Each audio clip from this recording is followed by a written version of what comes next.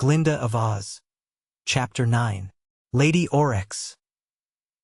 Lady Aurex led Ozma and Dorothy along a street to a pretty marble house near to one edge of the great glass dome that covered the village. She did not speak to the girls until she had ushered them into a pleasant room, comfortably furnished, nor did any of the solemn people they met on the street venture to speak. When they were seated, Lady Aurex asked if they were hungry, and finding they were summoned a maid and ordered food to be brought. This Lady Aurex looked to be about 20 years old, although in the land of Oz, where people have never changed in appearance since the fairies made it a fairyland where no one grows old or dies, it is always difficult to say how many years anyone has lived. She had a pleasant, attractive face, even though it was solemn and sad as the faces of all skeezers seemed to be, and her costume was rich and elaborate, as became a lady in waiting upon the queen. Ozma had observed Lady Aurex closely and now asked her in a gentle tone, "Do you, also, believe me to be an impostor?" "I dare not say," replied Lady Aurex in a low tone. "Why are you afraid to speak freely?" inquired Ozma. "The queen punishes us if we make remarks that she does not like." "Are we not alone, then, in this house?" "The queen can hear everything that is spoken on this island, even the slightest whisper," declared Lady Aurex. "She is a wonderful witch, as she has told you, and it is folly to criticize her or disobey her commands." Ozma looked into her eyes and saw that she would like to say more if she dared. So she drew from her bosom her silver wand, and having muttered a magic phrase in a strange tongue, she left the room and walked slowly around the outside of the house, making a complete circle and waving her wand in mystic curves as she walked. Lady Aurex watched her curiously and, when Ozma had again entered the room and seated herself, she asked, "What have you done?" "I've enchanted this house in such a manner that Queen Kuo, with all her witchcraft, cannot hear one word we speak within the magic circle I have made," replied Ozma. "We may now speak freely and as loudly as we wish, without fear of the queen's anger." Lady Aurex brightened at this. "Can I trust you?" she asked. "Everybody trusts Ozma," exclaimed Dorothy. "She is true and honest, and your wicked queen will be sorry she insulted the powerful ruler of all the land of Oz." "The queen does not know me yet," said Ozma. "But I want you to know me, Lady Aurex, and I want you to tell me why you and all the skeezers are unhappy. Do not fear Kuo's anger, for she cannot hear a word we say, I assure you." Lady Aurex was thoughtful a moment. Then she said, "I shall trust you, Princess Ozma, for I believe you are what you say you are, our supreme ruler. If you knew the dreadful punishments our queen inflicts upon us, you would not wonder we are so unhappy. The skeezers are not bad people. They do not care to quarrel and fight, even with their enemies the Flatheads. But they are so cowed and fearful of Kuo that they obey her slightest word, rather than suffer her anger." "Hasn't she any heart, then?" asked Dorothy. "She never displays mercy. She loves no one but herself," asserted Lady Aurex, but she trembled as she said it, as if afraid even yet of her terrible queen. "That's pretty bad," said Dorothy, shaking her head gravely. "I see you've a lot to do here, Ozma, in this forsaken corner of the land of Oz. First place, you've got to take the magic away from Queen Kuo, and from that awful Sudik, too.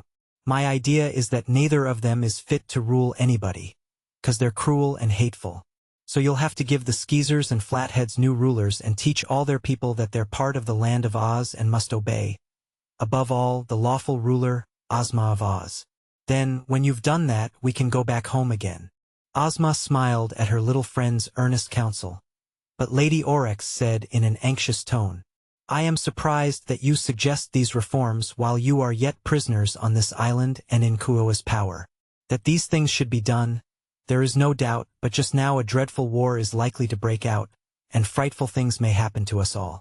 Our queen has such conceit that she thinks she can overcome the Sudik and his people, but it is said Sudik's magic is very powerful, although not as great as that possessed by his wife Rora, before Kuo transformed her into a golden pig." "I don't blame her very much for doing that," remarked Dorothy. "For the Flatheads were wicked to try to catch your beautiful fish, and the witch Rora wanted to poison all the fishes in the lake." "Do you know the reason?"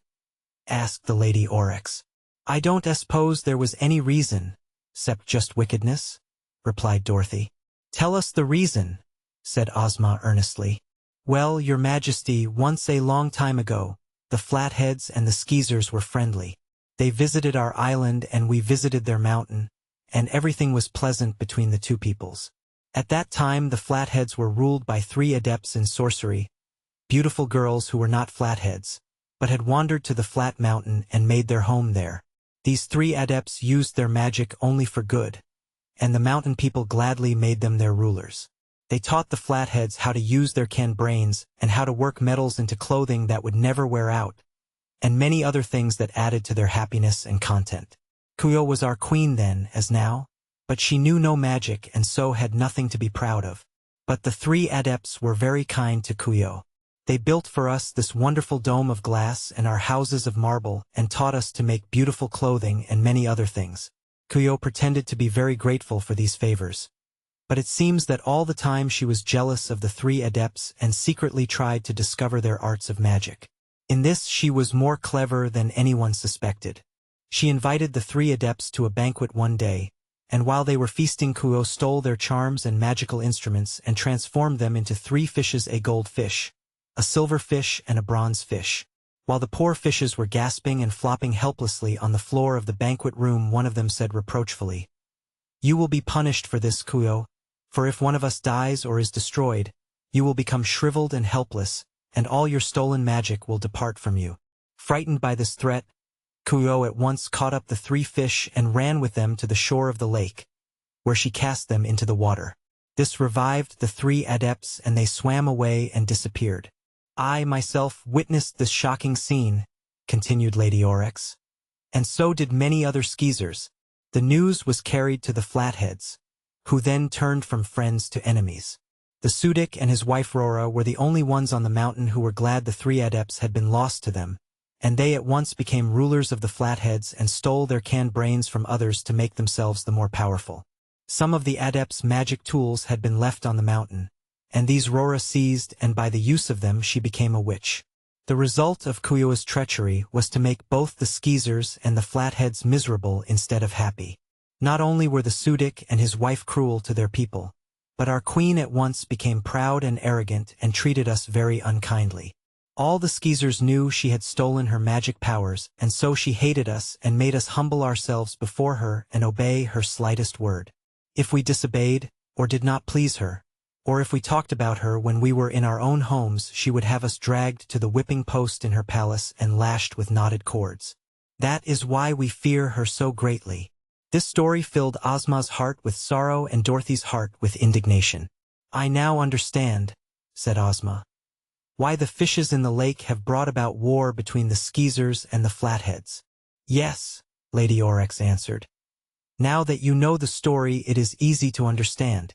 The Sudik and his wife came to our lake hoping to catch the silver fish, or gold fish, or bronze fish, any one of them would do, and by destroying it deprive Kuyo of her magic. Then they could easily conquer her. Also they had another reason for wanting to catch the fish. They feared that in some way the 3 adepts might regain their proper forms, and then they would be sure to return to the mountain and punish Rora and the Sudik. That was why Rora finally tried to poison all the fishes in the lake. At the time Kuyo transformed her into a golden pig. Of course this attempt to destroy the fishes frightened the queen, for her safety lies in keeping the 3 fishes alive. "I suppose Kuyo will fight the Flatheads with all her might," observed Dorothy. "And with all her magic," added Ozma thoughtfully. "I do not see how the Flatheads can get to this island to hurt us," said Lady Aurex. "They have bows and arrows, and I guess they mean to shoot the arrows at your big dome and break all the glass in it," suggested Dorothy. But Lady Aurex shook her head with a smile. "They cannot do that," she replied. "Why not? I dare not tell you why, but if the Flatheads come tomorrow morning you will yourselves see the reason. I do not think they will attempt to harm the island," Ozma declared. "I believe they will first attempt to destroy the fishes, by poison or some other means. If they succeed in that, the conquest of the island will not be difficult." "They have no boats," said Lady Aurex. "And Kuyo, who has long expected this war, has been preparing for it in many astonishing ways. I almost wish the Flatheads would conquer us, for then we would be free from our dreadful queen. but I do not wish to see the 3 transformed fishes destroyed, for in them lies our only hope of future happiness. Ozma will take care of you whatever happens, Dorothy assured her. But the Lady Aurex, not knowing the extent of Ozma's power, which was, in fact, not so great as Dorothy imagined, could not take much comfort in this promise. It was evident there would be exciting times on the morrow, if the Flatheads really attacked the Skeezers of the Magic Isle.